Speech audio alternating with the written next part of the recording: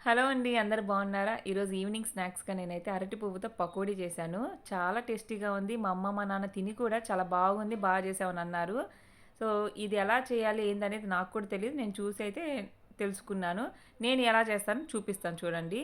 First అయితే మనకి అరటి పువ్వు మొక్కజొన్న కండలాగా ఇలా ఉంటది. దీనికి మనకి హ్యాండ్స్‌కి కొబ్బరి నూనె పూసుకొని ఇంకా ప్రాసెస్ అనేది స్టార్ట్ చేద్దాం. ఎందుకంటే చేతులకి అది అంటుకుంటదేమో అనేసి. ఇంకా సాల్ట్ వాటర్ తీసుకున్నా. చాలామంది మజ్జిగలో కూడా కడుగుతున్నారు. బట్ నేను సాల్ట్ వాటర్ తీసుకున్నా. ఎందుకంటే ఇది మనకి వంకాయని గన మనము నీళ్ళలో వేయకుండా కట్ చేస్తే ఎలా ఉంటది? నల్లగా అయిపోయిద్ది కదా! ఇది కూడా అలానే అయిపోయిద్ది అనేసి సాల్ట్ వాటర్ ముందుగా గిన్నెలో రెడీగా పెట్టుకొని, ఇంకా ఇది ఓపెన్ చేసుకుంటూ ఒక్కోటి ఒలుచుకుంటూ అందులో వేస్తున్నాను. చాలా టైం పట్టిద్దండి ఈ ప్రాసెస్ కొంచెం. సో, ఇది మనం ఒక్కొక్కటి అంటే మొక్కజొన్న కండ పైన ఎలా అయితే రేకులుంటాయో దీని మీద ఒక్కొక్కటి తీసే కొద్దీ ఈ పువ్వులు మనకు కనిపిస్తా ఉంటాయి. దీంట్లో 2 తీసేయాలండి డైరెక్ట్‌గా నీళ్ళలో ఏయకుండా. ఈ చిన్నదొకటి ఉంది గదా! అది గూడా తినకూడదు. కానీ అది కూడా వేపుడు చేసుకొని తిన్నారు ఒకరు నేను చూసా. ఈ సన్నదైతే ఇంక కంప్లీట్‌గా తీసేసేయాలి. మధ్యలో ఒక సన్నగుంటది పుల్లలాగా. మనకి ఈజీగా అర్థమైపోయిద్ది. ఇదొక్కటే ఉంటది. ఇవి 2 తీసేయాలి. ఎందుకు తీసేయాలంటే వగరుగా ఉంటది అని అంటారు చేదుగా. మనకు గూడా ఐడియా లేదు. బట్ అందరూ తీసేస్తున్నారు కాబట్టి నేను గూడా తీసేసి, ఇంకా ఇలాంటివన్నీ కలెక్ట్ చేసుకొని నేను ఈ సాల్ట్ వాటర్‌లో అయితే వేసుకుంటున్నాను. సో, మీరు చూస్తున్నారు గదా! దగ్గరగా చూపిస్తున్నాను నేను మీకైతే.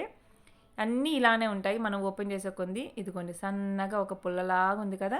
దీన్నైతే తీసేసుకోవాలి. ఇలాగా ఈ సన్నటి పుల్లని తీసేసుకోవడం గానీ, దానిపైన ఇంకో చిన్నది ఉంటది గదా! అది గూడా వీటి పేర్లయితే నాకు తెలీదు. వాటిని ఏమనాలో ఏందో. ఎందుకంటే నాకు అసలకి ఇంతవరకు తెలీదు. ఇది ఎలా చేయాలనేది ఈరోజు నేను చేయడము. అలా అయితే ఇంకా నేను ఇలా ఒలుచుకుంటూ మొత్తం తీసేసుకుంటూ ఉన్నాను నిదానంగా. నాకు దాదాపు ఈ పకోడీ చేయడానికి 2 అవర్స్ టైం పట్టింది. ఇది ఒలవడానికైతే అరగంట టైం పట్టింది ముందు నాకు. ఎందుకంటే నాకసలు తెలీదు. అరటి పండుతో రెసిపీస్ చేస్తారు సారీ అరటి పండు అంటే మనకి అరటికాయ వేపుడు, తాలింపు తెలుసు. అరటికాయలు తింటాము అంతవరకు తెలుసు. కానీ చెట్టుకున్న అరటి గెలకొచ్చిన పువ్వును కూడా రెసిపీ చేస్తారని నిన్న తెలిసింది. మా అమ్మ వాళ్ళు మా సొంత ఇంటికెళ్ళేసి అరటికాయలు ఇంతవరకు మాకున్న అరటి చెట్టుకి కాయలే కాయల. అంటే కాసాయి కానీ ఒట్టిపోయాయనమాట. రాకుండానే ఎండిపోవడం అలా జరిగేది. అలాంటిది నిన్న 4 గెలలో చాలా కాయలు వట్టిపోయి ఇంకా 4 కాయలేమో, 5 మిగిలితే తెచ్చారు. అవి కూడా కట్ చేస్తే ఎలా ఉన్నాయో తెలుసా? దాంట్లో అరటికాయలో జామకాయ విత్తనాల్లాగా ఇంతింతలా విత్తనాలున్నాయి. ఇదేందా అనుకున్నాము. మా నాన్న ఛానల్‌లో షార్ట్ వీడియో కూడా పెట్టాం మేమైతే. సరే అరటి పువ్వు మా నాన్న ఫోన్ చేసి చెప్పాడమ్మా అరటి పువ్వు తెమ్మంటావంటే తీసుకురా నాన్న అన్న. అప్పుడు అర్థమైంది మా అమ్మ చెప్పిందంట అరటి పువ్వుతో ఇదేదో చేసుకుంటారు అంటే, సరే తీసుకురా నాన్న యూట్యూబ్‌లో చూసి చేసుకుందాం అని చెప్పా. మా నాన్న తెచ్చాడు. ఇది చిన్న పువ్వు నాకు తెలిసి. ఇలా మొత్తం ఓపెన్ చేసుకుంటా ఒక్కొక్కటి చూసుకుంటా మనం అయితే అది మధ్యలోవి తీసేసుకొని మనం నీళ్ళలో వేసుకోవాలి. కానీ చివరికొచ్చేసరికి ఏమైద్దంటే లేతగా ఉంటాయనమాట. వాటిల్లో మీరు ఓపెన్ చేసి తీద్దామంటే అవి కనిపించవు. అంటే ఫైనల్‌లో మొత్తంకి ఇలా చివరికొచ్చేసరికి మీరు ఓపెన్ చేసి తీయకపోయినా ఏం పర్లేదు. మా ఇంట్లో సొంత ఇంట్లో అరటి చెట్టు ఉంది గదా! మొన్న వీడియోలో కూడా చూసుంటారు మీరు. ఇవేందంటే మనకి ఇంతవరకు మా ఇంట్లో అరటికాయలు గానీ మేము తిన్నది లేదు. ఈ ఫస్ట్ టైం మా అరటి చెట్టు యొక్క అరటి పువ్వు తీసుకొని దాంతో ఒక పకోడీ చేసుకొని ఇన్నాళ్ళకి గాని తిన్నామనమాట. బావుంటది కదా! ఎప్పుడైనా మన ఇంట్లో ఉండే కూరగాయలు మనం వండుకోవడం గానీ, మన ఇంట్లో ఉన్న చెట్టుకున్న కాయలు తెంచుకొని మనం తినడం గానీ అదొక రకమైన అనుభూతి. మీకు ఇందాక చెప్పా కదా! ఒలుచుకుంటూ అన్నీ తీసుకోవాలని. ఫైనల్‌గా వచ్చేసరికి మీకు అవి చూసారా చిన్నయి అయిపోయాయి. నేను 2 ప్లేట్స్‌లో పెట్టుకున్నాను. ఒక ప్లేట్‌లోనేమో కొంచెం అంటే లేతయేమో ఒక ప్లేట్‌లో పెట్టుకొని మిగతాయన్ని ఒక ప్లేట్‌లో పెట్టుకున్నా. ఏవైతే మధ్యలో తీసేయాల్సినవి ఉంటాయో అయి ఒక ప్లేట్‌లో, ఇవి ఒక ప్లేట్‌లో పెట్టుకున్నా. ఎంత లేతగా ఉన్నాయో చూసారా? ఇలా ఫైనల్‌గా వచ్చేదాకా కూడా చిన్న చిన్నగా మొత్తం అలా ఫార్మ్ అయిపోయినాయి. ఈ అరటి పువ్వు వల్ల ఏమైనా ఉపయోగాలు ఉన్నాయంటే చాలా ఉన్నాయండి. మెయిన్‌గా షుగర్ పేషెంట్స్‌కి కూడా మంచి ఔషధంలాగా పనిచేస్తది దీనికి. అలానే మనకి దీంట్లో చాలా పోషకాలు గూడా ఉన్నాయి. విటమిన్ ఈ, సి అని, ఐరన్ అని, పొటాషియం అని, ఫైబర్ కంటెంట్ ఎక్కువ. సో, ఎవరికన్నా మనకి జీర్ణక్రియ సరిగ్గా లేని వాళ్ళకి ఇది బాగా పనిచేస్తుందనమాట. మలబద్ధకాన్ని తగ్గిస్తుంది. అలానే ప్రేగు ఆరోగ్యం కూడా బావుంటది. సో, చాలా బెనిఫిట్స్ ఉన్నాయి దీనివల్ల కూడా. సో, ఇంకా ఇన్ని బెనిఫిట్స్ ఉన్నదాన్ని కొంచెం కష్టమైనా సరే, లేట్ అయినా సరే, పని కొంచెం పెరిగినా సరే చేసుకొని తినాల్సిందే. ఇది ఇదంతా ఒలిచేటప్పుడు నాకనిపించింది ఏంటంటే, అరెరే! ఇంతసేపు కష్టపడి నేను చేస్తున్నాను. పకోడీ చేయంగానే హామ్ ఫట్ అని 5 మినిట్స్‌లో అయిపోయిద్ది అనిపించింది. అప్పుడు అర్థమైంది నాకు. సో, హెల్త్ బెనిఫిట్స్ ఉంటాయి కాబట్టి కష్టమైనా చేసుకోక తప్పదు అని. ఇంకా ఎలా చేయాలి అంటే, ఫస్ట్ మనం వేసుకున్న సాల్ట్ వాటర్‌లో ఒకసారి బాగా కడుక్కొని, తర్వాత గూడా ఒక 2 సార్లు కడుక్కోవాలి. అసలు ఆ సాల్ట్ వాటర్‌లో దాదాపు ఒక 10 నిమిషాలు వదిలేయాలనమాట. నేను ఫస్ట్ నుండి ఫ్లవర్స్ ఇందులోనే ఏస్తున్నా కాబట్టి ఆల్రెడీ 10 నిమిషాలు అయిపోయింది. ఇంకా చక్కగా 2, 3 సార్లు కడుక్కొని దాంట్లో ఉన్నదంతా వచ్చేయాలి బయటకి నీట్‌గా. అంటే చేదు, వగరు ఇలాంటివి ఉంటాయి గదా! అది నేనైతే మీకు నేర్పించట్లేదండి. నేను ఎలా చేశానో చూపిస్తున్నాను. అందరూ తింటారు కదా! అసలు నిజంగా బావుంటదా అని టెస్ట్ చేయడానికి నేను గూడా టెస్ట్ అండ్ టేస్ట్. ఓ పక్క దీన్ని పరీక్ష చేయాలి. ఓ పక్క రుచి చూడాలి. అవును కుదిరిద్దా లేదా అని. ఇలా చక్కగా వడేసుకుంటే నీళ్ళన్నీ ఒడిచిపోతాయి.